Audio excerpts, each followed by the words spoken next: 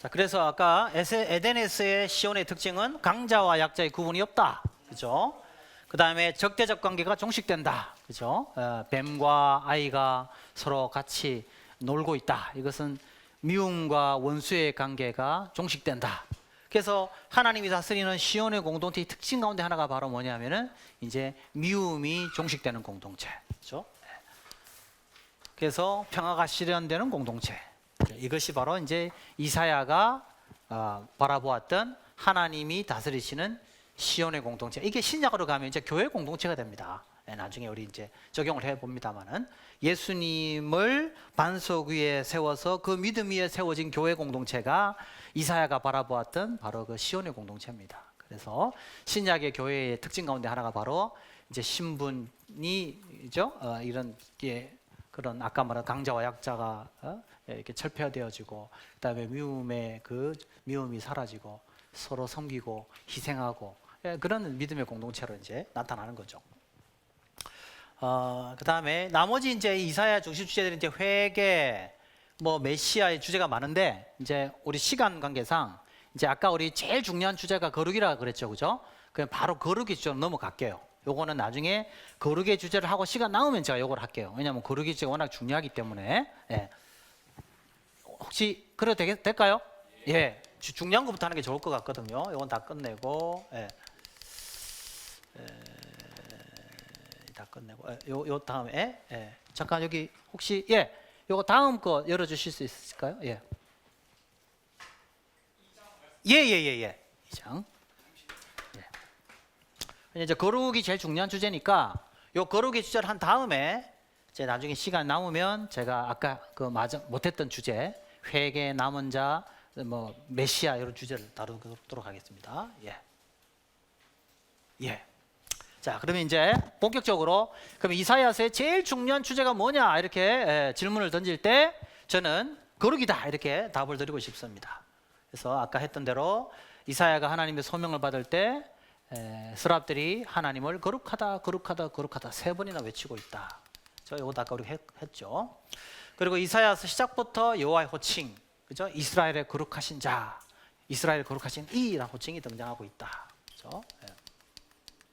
자, 이 이스라엘 거룩하신 이는 이사야서에서 이제 3가지의 이미지로 나타나는데, 전반부에는 하나님이 거룩하신 분인데 왜 거룩하신 분이냐? 심판하시는 분으로 등장하고, 두 번째 중반부에는 심판한 다음에 회개하는 자를 구속해 주시는 구속자로 등장하고, 마지막에는 종말의 시온을 회복시킬 시온의 회복자로 등장합니다. 그래서 오늘 저는 이 하나님의 거룩하신 하나님의 3가지 이미지, 심판자, 구속자, 그 다음에 시온의 회복자, 이 3가지 주제를 가지고 오늘 여러분과 같이 한번 이스라엘의 거룩하신 하나님을 같이 한번 공부해 보겠습니다. 그래서 이스라엘 거룩하신 이는 여기 보면 심판하시는 자, 불의한 백성을 심판하시는 분으로 등장하고, 그러나 회개하는 자에게는 다시 구원해 주시는 분으로 등장하고, 마지막에는 종말의 시온을 다시 회복시킬 회복자로 등장한다. 이 3가지를 오늘 저와 같이 한번 공부를 해보도록 하겠습니다. 자, 그러면 아까 우리 다시 질문으로 돌아갈게요. 이사야서에는 특별히 하나님이 거룩하신 분으로 강조되고 있다고 했죠. 그렇죠? 그렇죠? 그럼 이제 다음 질문으로 가는 거죠. 왜 그러면 이사야는 하나님을 특별히 거룩하신 분으로 강조하는가? 이게 이제 오늘 저의 강의의 핵심입니다. 왜 그럴까요? 왜 이사야는 특별히 거룩을 강조할까요? 이게 이제 중요한데, 이 질문에 답을 하려면 거룩이라는 게 또 뭔가를 알아야 돼요. 거룩이라는 의미가 뭔지를 모르면 이 답을 할 수가 없습니다. 그래서 또 저의 그 강의는 거룩이 도대체 무엇인가에 대한 근본적인 질문을 또 던지게 돼요. 그래서 사실 우리 한국 교회에서 많이 잘못 알고 있는 단어 가운데 하나가 사실은 또 거룩이라는 단어예요. 거룩이라는 단어를 좀 잘못 알고 있는 경우가 많아요. 보통 우리가 이제 기도할 때 대표기도 하면 전능하시고 거룩하신 하나님. 하여튼 이제 거룩에는 뭔가가 좀 이게 강조해야 될 것 같고, 거룩은 굉장히 중요하다는 그런 생각은 들지만, 근데 이제 거룩을 강조는 하는데 사실 거룩이 담고 있는 의미가 뭐냐라는 질문을 던질 때 사실 정확하게 거룩의 의미를 이해하는 분이 많지는 않아요, 사실은.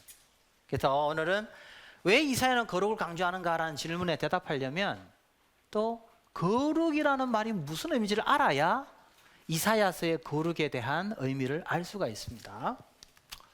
그러면 거룩의 원리 의미는 이렇게 히브리어가 깨졌는데 카도시라는 히브리어에서 왔는데요. 원래는 이게 구별되다라는 단어에서 옵니다. 그러면 거룩하다라는 말 자체는 어떤 의미를 담고 있어요? 구별되다라는 뜻을 담고 있습니다. 거룩하다라는 말은 구별되다라는 뜻을 담고 있어요. 네. 그래서 그러면 거룩하신 하나님 하면 어떤 의미를 담고 있다고요? 구별되신 하나님이라는 뜻을 담고 있다. 이걸 여러분이 먼저 좀 정립을 할 필요가 있어요. 이 개념을 잘 해야지 왜 이사야가 거룩이라는 단어를 강조하고 있는지를 알 수가 있습니다. 본문을 읽으면서. 예. 그래서 이제 여러분 이제 모세에게 하나님이 가시떨기 나무에 딱 그죠? 하나님이 임재하시잖아요. 그렇죠? 그런데 하나님께서 모세에게 뭐라 그럽니까? 네가 서 있는 곳은 뭐하니? 거룩하니 뭘 벗어라? 신을 벗어라 그러죠. 그럼 여러분이 질문을 한번 던져보겠습니다. 모세가 서 있는 그 땅하고 100m 떨어져 있는 그 땅하고 뭐 질적으로 달라요? 똑같은 땅이죠. 근데 왜 모세가 서 있는 거기는 거룩하다 그래요? 그곳에 지금 바로 누가 임재했기 때문에, 하나님이 임재했기 때문에 다른 곳과 어떻게 돼요? 구별되는 거예요. 그래서 거룩하다 그러는 거예요. 질적으로 뭐가 달라서 그런 게 아니라. 예. 여러분이 우리가 예배 드릴 때 그죠? 이런 말 성구란 말 쓰죠. 성구. 거룩한 기구. 성이란 말 쓰잖아요. 그러면 성가복 입을 때 성의를 입는다고 했을 때 그 옷이랑 다른 옷이랑 뭐 질적으로 달라요? 똑같은 재료예요. 근데 왜? 찬양을 위하여 특별히 구별되어서 사용되어지기 때문에 성구라고 하는 거죠. 여기에 뭔가 특별한 뭐 능력이 임하고 뭐가 이러면 이거는 이제 굉장히 위험해지는 잘못된 개념이에요. 그래서 이제 여러분 가톨릭의 성상 숭배 사상이 거기서 오는 겁니다. 예. 뭐 베드로가 입었다는 옷, 베드로가 뭐 했다는 그거 이제 숭배하고 그거 만지면 뭐가 능력이 임한다는 것처럼 생각하지, 거룩하다고 생각한다. 그런 개념이 아니에요. 그래서 거룩이라는 것의 가장 중요한 의미는 바로 뭐냐면은 구별되다라는 것이에요. 하나님이 거룩하시다는 것은 하나님이 어떤 분이라는 거죠? 구별되신 분이다라는 것을 의미해요. 그러면 여러분, 하나님이 구별되었다, 하나님이 거룩하시다 그럴 때 어떤 점에서 구별된다는 거예요?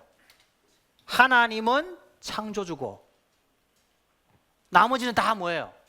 피조물이니까 전적으로 어떻게 돼요? 구별되는 거예요.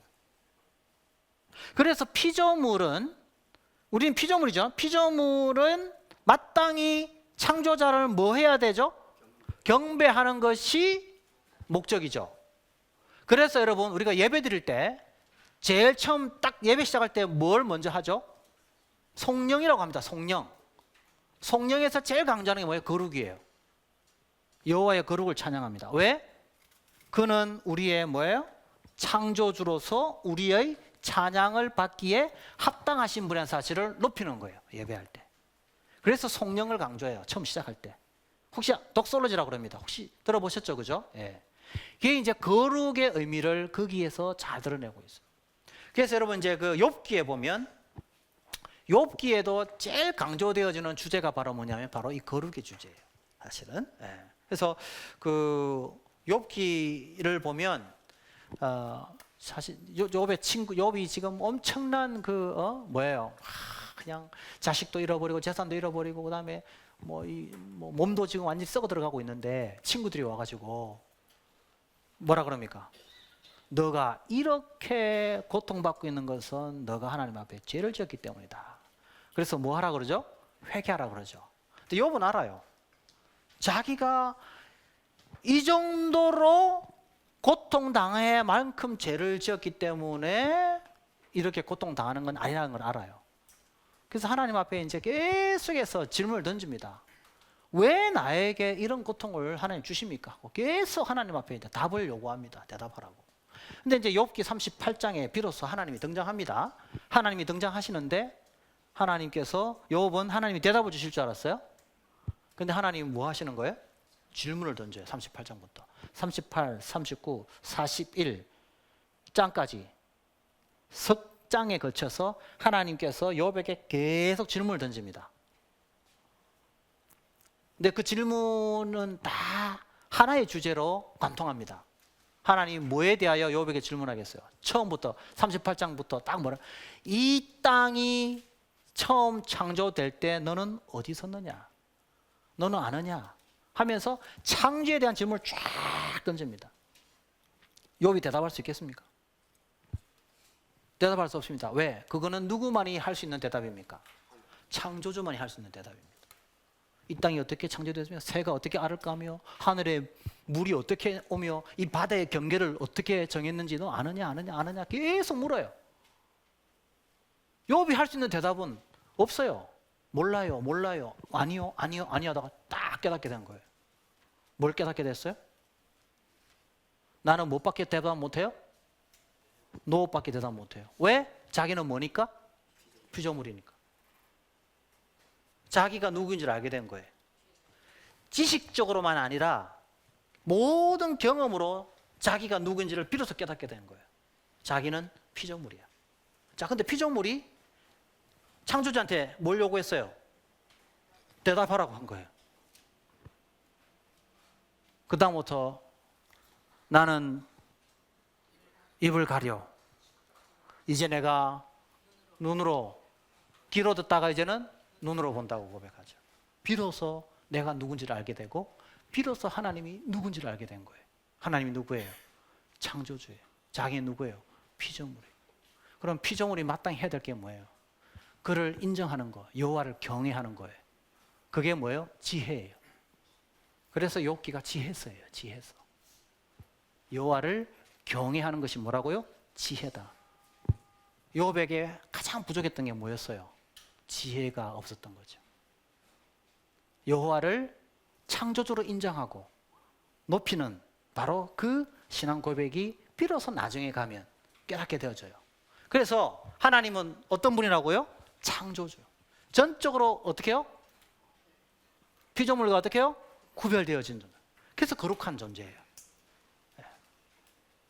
뿐만 아니고 또 하나님은 그리고 이 세상은 나중에 죄에 의해서 어떻게 해요? 다 타락해요.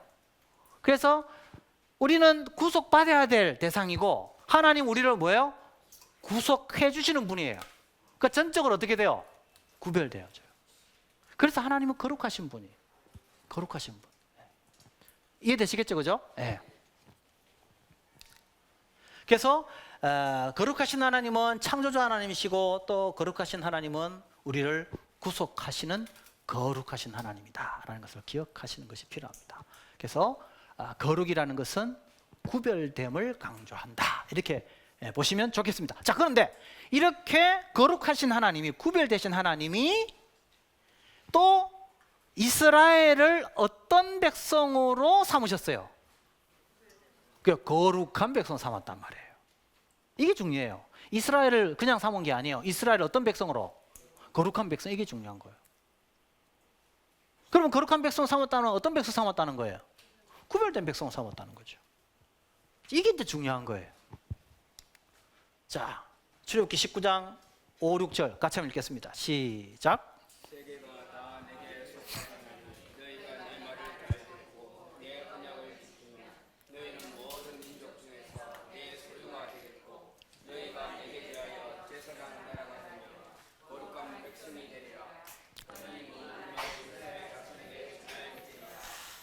자, 이게 참 중요하죠. 여기 보면 제사장 나라가 되며 어떤 백성? 거룩한 백성을 삼았다. 이게 핵심이죠. 거룩한 백성. 그럼 거룩한 백성 삼았다는 말은 어떤 백성으로 삼았다는 말이냐? 구별된 백성을 삼았다는 이야기예요. 구별된 백성. 자, 그러면 뭐로부터 구별됐다는 거예요? 그렇죠. 세상. 부정한 세상. 그죠? 이방 세계, 타락한 부정한 세상으로부터 구별되어서 하나님의 백성 삼았다는 거예요. 그렇기 때문에요, 이스라엘의 거룩이라는 것은 무엇으로부터 구별이에요? 세상으로부터의 구별이에요. 이방 세계로부터의 구별이에요. 그래서 이방 세계로부터의 구별이 되지 않으면 뭐가 없어져 버리는 거예요? 거룩이 없어져 버리는 거예요. 이게 중요한 거예요. 그러니까 왜 이사야가 거룩을 강조하는지 아시겠죠? 왜? 이유는 이사야 시대 백성들이 뭘 잃어버렸기 때문에? 거룩을 잃어버렸기 때문이다, 이겁니다. 그러면 이사야가 이 메시지를 쓰면서 지금 메시지를 전하는 이유는 뭐예요? 거룩을 잃어버린 백성들이 다시 뭘 회복하라고? 거룩을 다시 회복하라는 메시지를 전하고 있다, 이렇게 볼 수 있습니다. 이게 이사야의 메시지의 큰 부분을 차지합니다. 자, 그러면 이스라엘의 거룩에 뭐 여러 가지 측면이 있겠지만 구별 어떻게 해서, 그러니까 정체성이죠. 자, 이스라엘의 정체성은 어디서 오느냐? 거룩에서 와요. 거룩해야지 이스라엘이에요.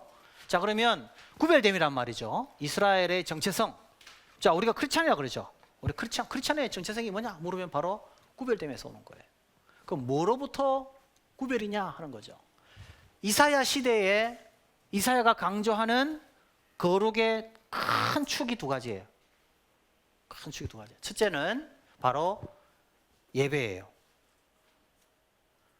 이방인들의 제사로부터 구별된 제사를 드릴 때 그것이 이스라엘의 거룩을 드러냅니다.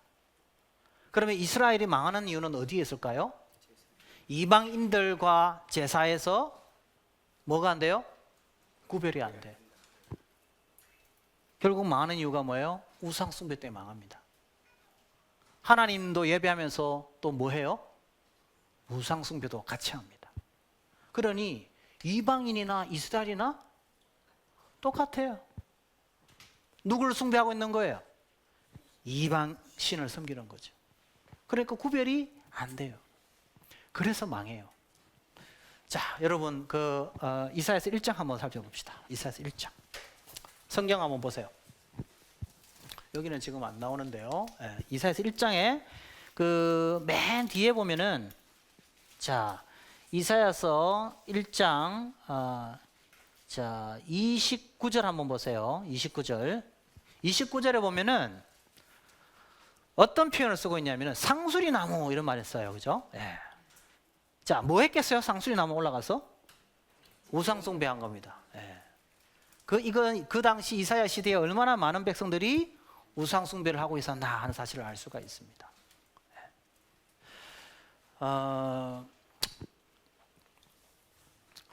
솔로몬이 왕이 딱 되자마자 제일 먼저 한 일이 뭔지 아세요? 바로의 딸과 결혼을 합니다. 왜 했을까요? 그렇죠.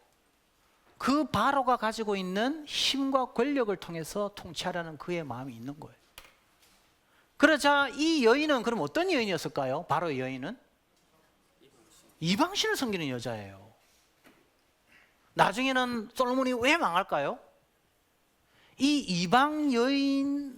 이방신을 섬기는 여인들 때문에 하나님을 떠나게 돼요. 결국 그래서 솔로몬은 망합니다. 결국. 그래서 여러분 이스라엘 역사를 쭉 살펴보면 이스라엘이 망한 가장 큰 이유 중에 하나가 바로 뭐냐면은 우상 숭배예요. 우상 숭배예요. 놀라운 사실은요, 하나님께서 그 우상 숭배를 할 때부터 계속 하나님이 바로 심판 행하지 아니하시고 기다려요. 언제까지 기다려요? 끝까지 최대한 참을 때까지 참아요. 열왕기를 읽어보시면. 근데 하나님이 계속해서 솔로몬에게 찾아가서 잘못되었다고 그것을 하지 말라고 몇 번 경고를 줘요. 근데 솔로몬은 듣습니까? 듣지 않습니다. 결국 그래서 그 솔로몬이 나중에는 하나님을 떠나서 우상 숭배의 깊은 늪으로 들어갑니다. 이런 문제가 이사야 시대에 굉장히 심각했다, 이렇게 알 수 있어요. 이거는 뭘 잃어버리는 거냐? 이스라엘이 뭘 잃어버려요? 거룩을 잃어버리는 것이다, 이렇게 볼 수 있어요. 자, 그러면 이런 질문을 던질 수 있죠. 여러분 그 사사시대를 읽어보면은 이스라엘이 하나님을 떠났다가 또 우상숭배하고 또 하나님이 다시 사사를 보내고 몇 번 반복하죠. 그 우상숭배를 해서 그렇게 하나님 앞에 매를 맞았는데 그래도 정신을 못 차리고 계속 우상숭배를 하잖아요. 예. 근데 이제 우상숭배에는 그 당시 우상숭배는 굉장한 어떤 그런 그 뭐라 그럴까요? 뿌리치기 힘든 그런 유혹이 있습니다. 그게 뭐냐면은 사실 이제 이 고대 근동 사회에서는 그 여러 우상숭배 여러 가지 종류가 있지만 이스라엘 주변에 가장 대표적인 이제 호세아서만 좀 읽어보면 여러분 이제 호세아서에 보면 이걸 굉장히 잘 설명하고 제가 지금 하고 있는 내용은 호세아서의 내용을 설명하는 겁니다. 예, 나중에 혹시 여러분들이 이 내용에 대해서 좀 더 알고 싶으신 분은 호세아서를 읽으시면 돼요. 이스라엘 시대 당시에 그 이방신 사상의 가장 큰 특징 가운데 하나가 바로 뭐냐? 다산이죠, 다산. 다산이 뭡니까? 자식을 많이 낳는 거예요. 자식을 많이 낳는 거예요, 다산. 그럼 여기서 자식은 뭘까요? 자식은 곡물이 됩니다. 이게 무슨 말이냐?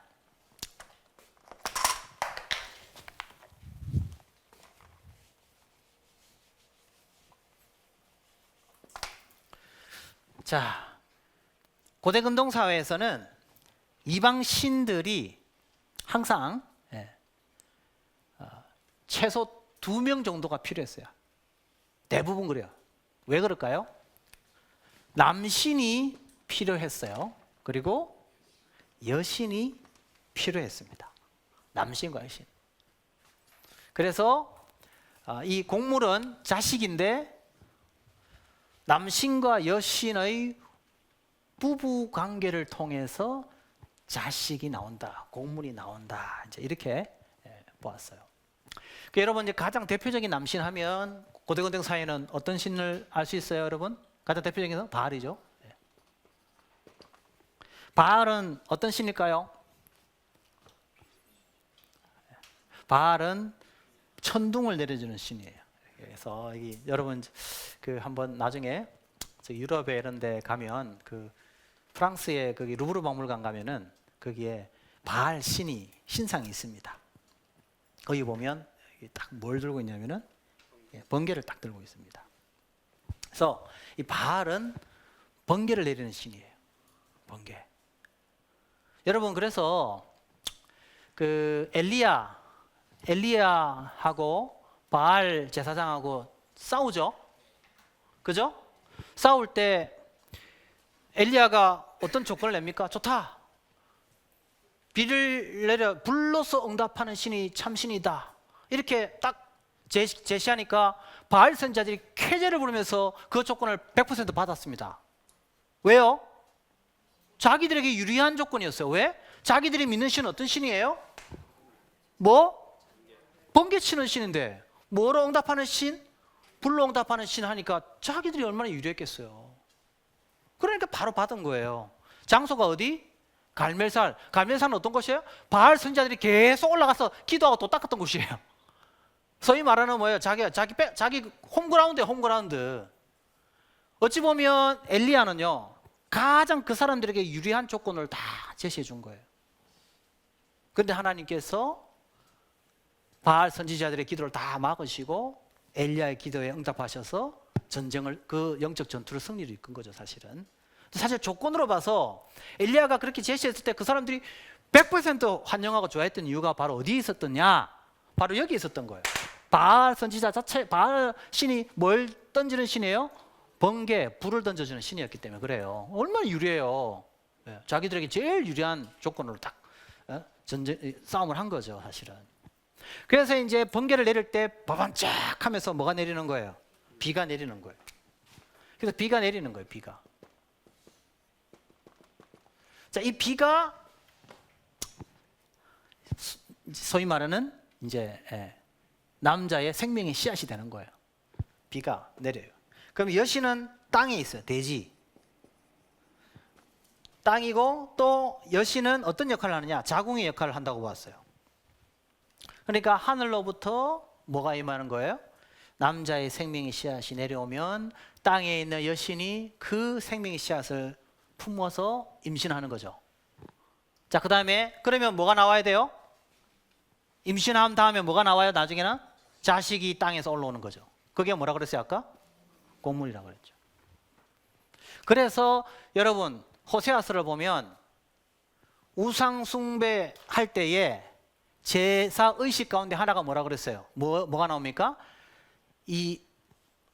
그 의식이 바로 남자와 여자의 그런 성행위가 제사 의식에서 행해졌다는 거예요. 그 음행을 호세아가 강력하게 이제 비난을 합니다. 왜? 남신과 여신이 이런 부부 관계를 해서 빨리 자식을 많이 낳아달라는 어떤 그런 어떤 그 요청이 있었던 거죠. 자, 그래서 이렇게 이방 신을 향하여 제사를 많이 드리는 이유는 결국 뭘 많이 얻기 위해서요? 네, 곡식을 많이 얻기 위해서요. 오늘날로 따지면 뭐예요? 많은 물질적 부를 얻기 위해서라는 거죠. 네. 많은 물질적 부를 얻기 위해서요. 이렇게 하면 성공할 수 있다는 거예요. 물질적 성공을 누릴 수 있다는 거예요. 부자가 될 수 있다는 거예요. 24평에서 35평, 35평에서 50평. 예. 모닝에서 뭐 그랜저에서 벤처로 갈아탈 수 있다는 거예요. 오늘 따지면. 그렇게 이제 유혹하는 거예요. 그러니까 하나님만 열심히 믿다가 이방 신들이 야, 너 여호와 믿어가지고 너 그 차 갈아탈 수 있는 줄 알아? 야, 우리가 믿는 신 열심히 숭배하면 네가 타고 있는 차 바꿔 탈 수 있다고 유혹하는 거예요. 그러니까요, 어떻게 돼요? 하나님만 믿어가지고는 내 인생이 확신이 안 오는 거예요. 그럼 어떻게 해요? 하나님을 버리진 않아요. 절대로 하나님 버리진 않아요. 하나님을 버리지 않고 하나님을 예배하면서도 겸하여 뭘 해요? 이방신도 섬기는 거예요. 일종의 보험 같은 겁니다. 예수님이 뭐라 그래요? 나중에 마태복음 6장에 가면 나와 재물을 뭐하여 섬길 수 없다고? 겸하여 섬길 수 없다고. 그 사탄이 주는 가장 강력한 유혹이 뭐예요? 하나님을 떠나라가 아니에요. 같이 섬겨라는 거예요. 그래서 이사야 시대에 예배를 얼마나 열심히 잘 드리는지 몰라요. 이사야 1장 읽어보세요. 재물도 갖다 바치고 거기에 얼마나 열심히 그거 하면서도 산에 올라가서 또 뭐 하고 있는 거예요? 우상 숭배하는 거예요. 겸하여 섬기는 거예요. 무섭죠? 그런데 하나님 볼 때는 뭐예요? 그게 바로 뭐예요? 우상 숭배예요. 겸하여 섬기는 것 자체가 바로 하나님을 버리는 거예요. 자, 그게 이사야 시대의 심각한 문제였다. 그래서 이방인들의 예배는 다산지향적 예배였다. 그렇죠? 다산은 뭐예요? 신들의 부부 관계로 이해되어졌다. 그래서 이방인들의 예배 목적은 뭡니까? 결국 물질적 성공과 번영이다. 이게 그들의 예배의 목표다.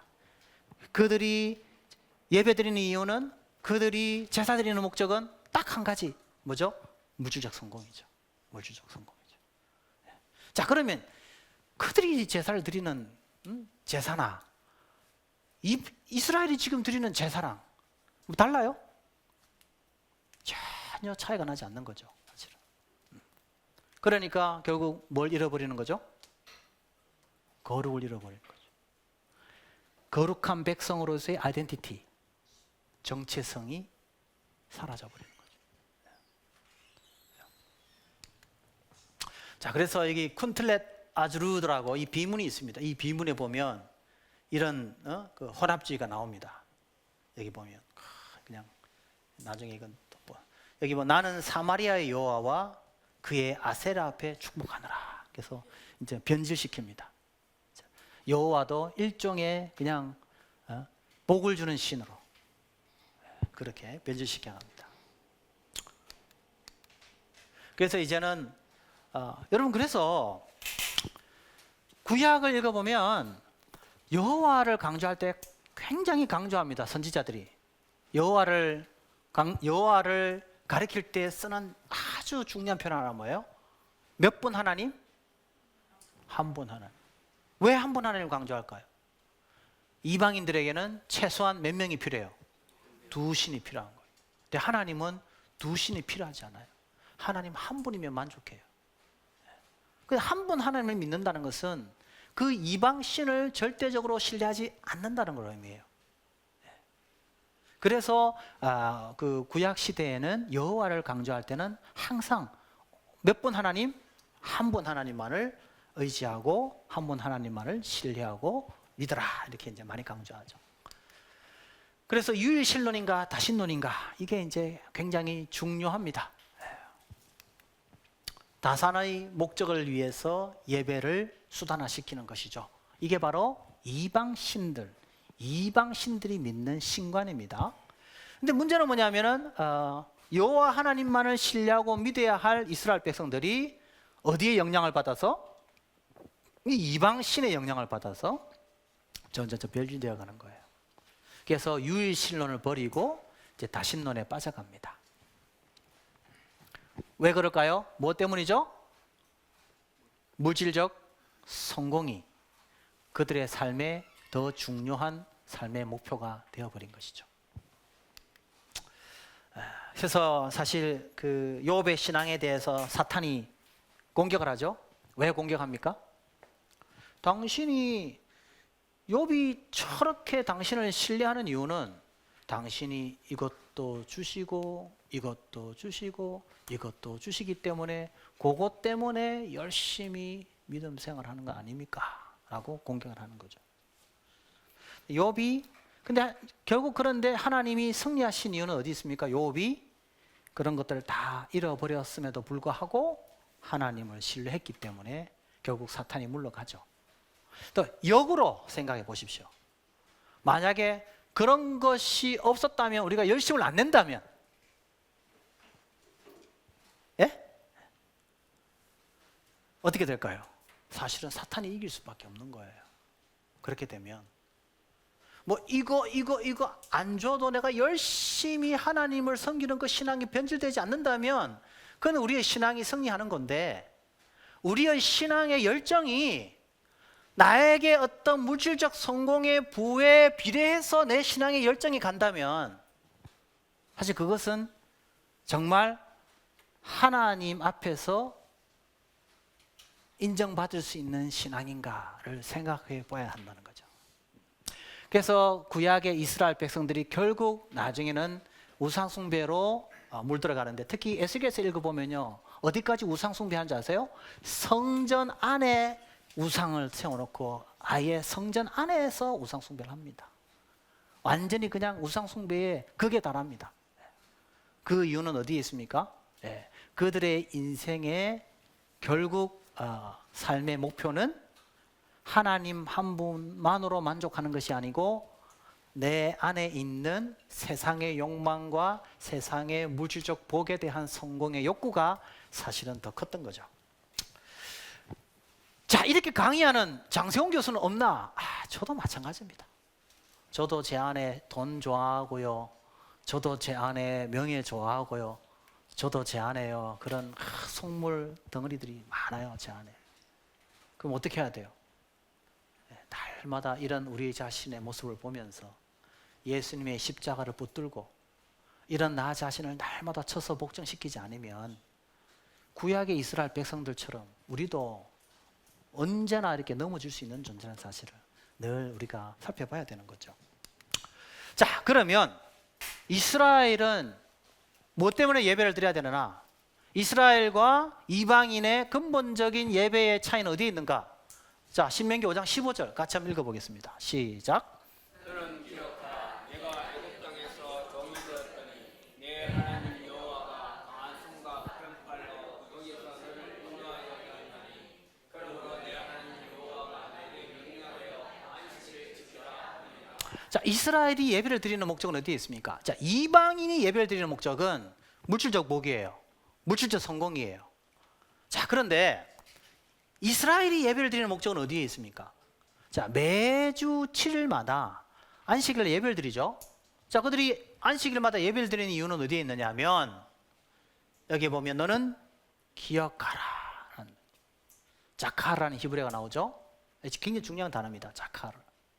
이스라엘이 매주마다 예배를 드리는 이유는 나에게 필요한 뭔가의 성공을 얻어내기 위해서가 아니에요. 이스라엘이 예배를 드리는 이유는 기억하기 위해서예요. 뭘 기억하기 위해서입니까? 첫째는 예배를 드리는 이유는 자기가 원래 뭐였다고요? 종이었다는 거죠. 애굽의 종이었다는 사실을 기억하기 위해서요. 자, 그런데 두 번째로, 그런데 하나님께서 강한 손과 편팔로 우리를 인도하여 구원해 내셨다는 거예요. 그걸 기억하는 거예요. 원래는 내가 애굽의 종이었고 거기에서 절망하며 고통 가운데 살았던, 삶의 소망과 희망 없이 살았던 그런 종이었는데, 이런 나를 구원해 주셨다는 것을 기억하면 뭐가 일어나는 거예요? 감사와 감격이 일어나죠. 그죠? 그 감사와 감격을 고백하고 표현하는 것이 뭐예요? 예배예요. 이게 이스라엘의 예배예요.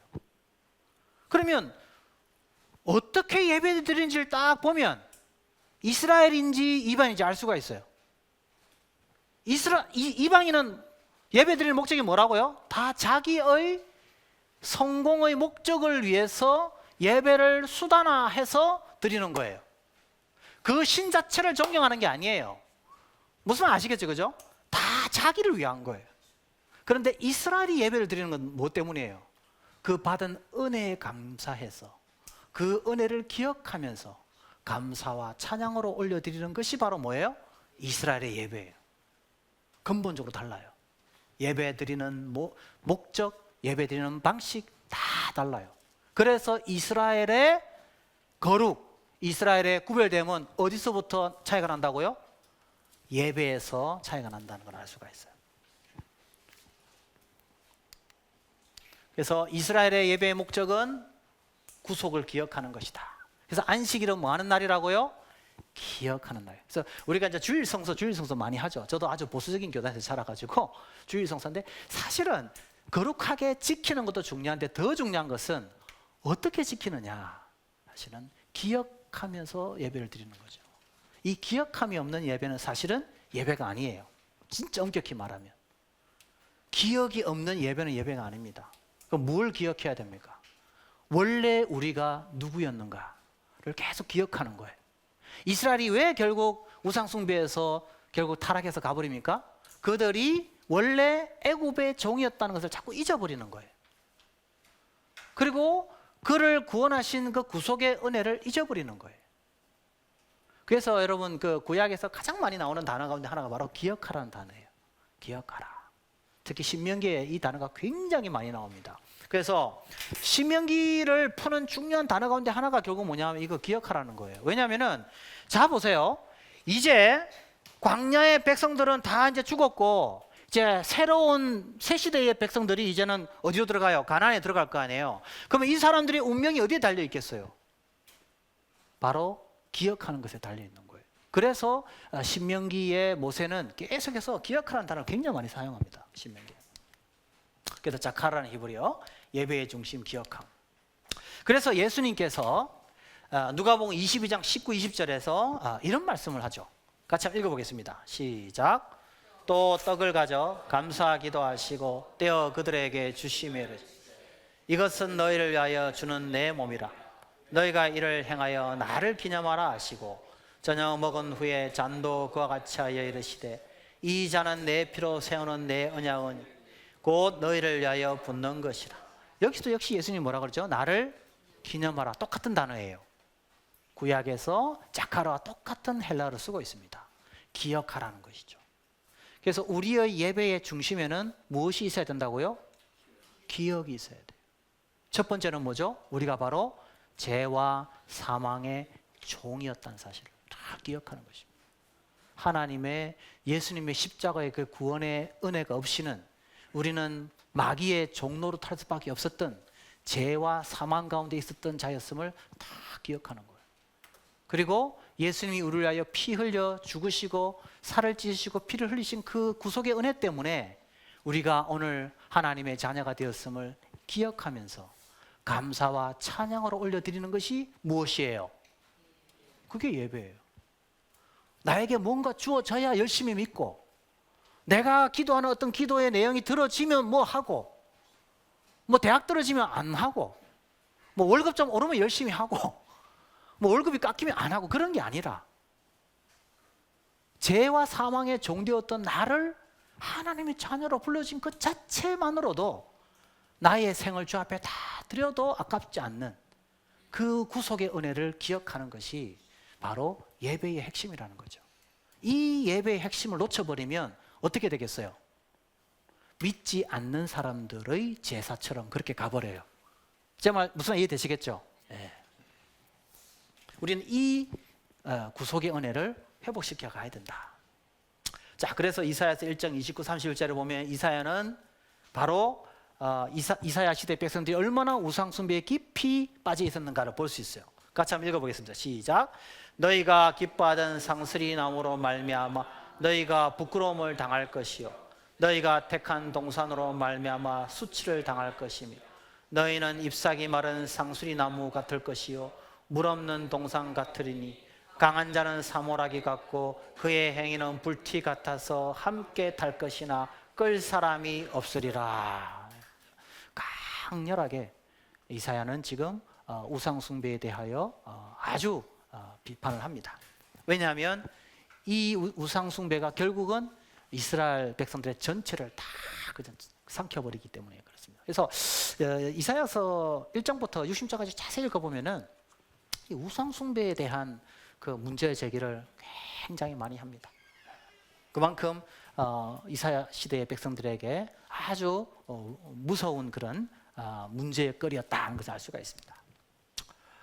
자, 그래서 결국 우상 숭배에 빠져버렸다는 것은 결국 예배의 구별됨을 상실했다는 것이고, 결국 그렇다면 이 거룩한 백성으로 부름받은 이스라엘의 정체성을 잃어버렸다, 이렇게 말할 수 있어요. 그래서 이사야서에는 이 부분을 많이 강조하고 있다, 이렇게 볼 수 있습니다. 그래서 지금까지 우리는 이제 예배를 통한 거룩을 살펴봤고, 이제는 삶을 통한 거룩을 살펴보겠습니다. 삶의 방식으로서의 구별. 어떻게 좀 목사님 좀 쉬었다 갈까 아니면 계속 할까요? 좀 쉬었다 할까요? 약간 좀 쉬었다가 계속 하도록 하겠습니다.